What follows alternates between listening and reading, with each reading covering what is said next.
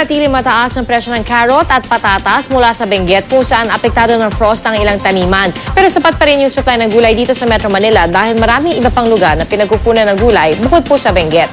Balita natin ni Rida Reyes. Sa gitna ng patuloy pa rin pagbagsak ng temperatura sa Benguet, ramdam pa rin ang epekto nito sa bentahan ng gulay sa ilang pamilihan dito sa Metro Manila. Malaking porsyento kasi ng aning gulay sa Benguet ay iniluluwa sa Maynila. Sa trabaho public market sa Sampaloc at Suki Wet Market, nananatiling mataas ang presyo ng karot at patatas habang bumaba naman ang presyo ng repolyo na sinasabing pinakaapektado ng matinding frost sa Benguet.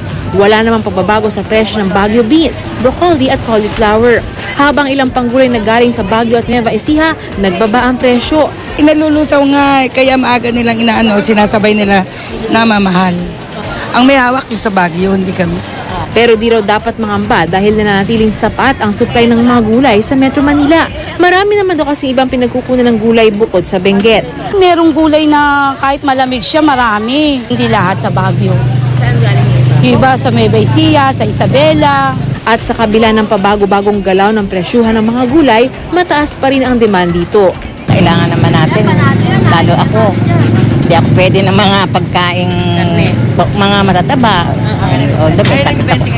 Napipilitan ka siyempre dahil kailangan ng katawan natin.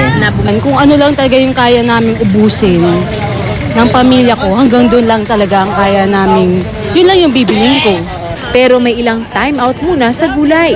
Mas maganda pang bumili ka ng isda o ganyang baboy kaysa gulay, pahinga muna tayo. Rida Reyes, GMA News.